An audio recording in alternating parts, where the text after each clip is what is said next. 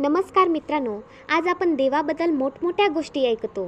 तो विश्वाचा जंता आहे, तो सर्वशक्तिमान आहे, तो अव्यक्त आहे, तो अनंत आहे.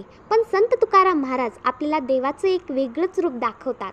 जो विश्व निर्माण करतो तोच देव यशोदेला माता म्हणतो. आजचा हा अभंग देवाच्या लीलामय प्रेम आणि भक्ताधीन रूपांचं अतिशय सुंदर दर्शन घडवतो. चला तर मग मन शांत करूया आणि या अभंगातील गोड अर्थ आपल्या जीवनाशी जोडूया. विश्वाचा जंता म्हणजे यशोदेसी माता. ऐसा भक्तांचा अंकित, लागे तेसी लावी प्रीत. निष्काम निराळा, गोपी लावी येल्या चाळा. तुका म्हणे आले, रूपा अव्यक्त चांगले.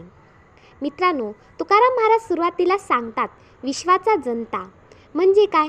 हा तोच देव आहे ज्याने आकाश निर्माण केलं, पृथ्वी घडवली, सूर्य चंद्र तारे घडवले, प्रत्येक जीवामध्ये प्राण फुंकले, असा अनंत असीम सर्वशक्तिमान देव. पण पुढच्याच ओळीत तुकाराम महाराज आपल्याला थांबवतात. म्हणे यशोदेसी माता, तोच विश्वाचा जंता यशोदेला आई म्हणतो. मित्रांनो, ही ओळ केवळ काव्य नाही, हा भक्तांचा परमोच्च अर्थ आहे. यशोदा कोण होती? ना तिने वेद वाचले, ना तिने शास्त्र शिकले, ना तिला देव कोण आहे हे ठाऊक होतं. पण तिचं एकच नातं होतं, माझा कृष्ण माझा बाळ आहे. देव आईसमोर देव राहत नाही, तो बाळ बनतो. भक्तीमध्ये ज्ञान नाही लागत, अहंकार नाही चालत, फक्त प्रेम लागतं. भक्तांचा अंकित, तुकाराम महाराज म्हणतात, ऐसा भक्तांचा अंकित म्हणजे काय? जो पूर्णपणे भक्तांचाच होतो.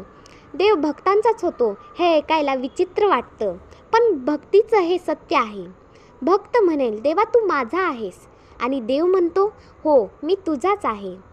लागे तैसा लावी प्रीत, जशी भावना तसं रूप. देव भक्ताला जसा भावनेने पाहतो तसाच प्रतिसाद देतो. आई म्हणून पाहिलं तर बाळ बनतो, मित्र म्हणून पाहिलं तर सखा बनतो, प्रियकर म्हणून पाहिलं तर प्रियसीचा होतो, दास म्हणून पाहिलं तर स्वामी बनतो. देव बदलत नाही, आपली भावना बदलते. निष्काम निराळा, तुकाराम महाराज म्हणतात, निष्काम निराळा कृष्णाची भक्ती कशी होती? काही मागितलं नाही, काही अपेक्षा ठेवल्या नाहीत, फक्त प्रेम केलं. आज आपली भक्ती कशी आहे? देवा हे दे, हे देवा ते दे. पण निष्काम भक्ती म्हणजे देव मिळवणं, देवाकडून मिळवणं नव्हे. गोपी लावी हेल्या चाळा, गोपी कृष्णावर रागवतात, त्याला बांधतात, त्याच्याशी भांडतात, आणि तरीही कृष्ण रागवत नाही. का? कारण त्या रागातही प्रेम आहे. देवाला भक्तांचा रागही चालतो, पण भक्ती नसलेली अनौपचारिक पूजा नाही चालत. देव अनौपचारिकतेने नाही, भावात आहे.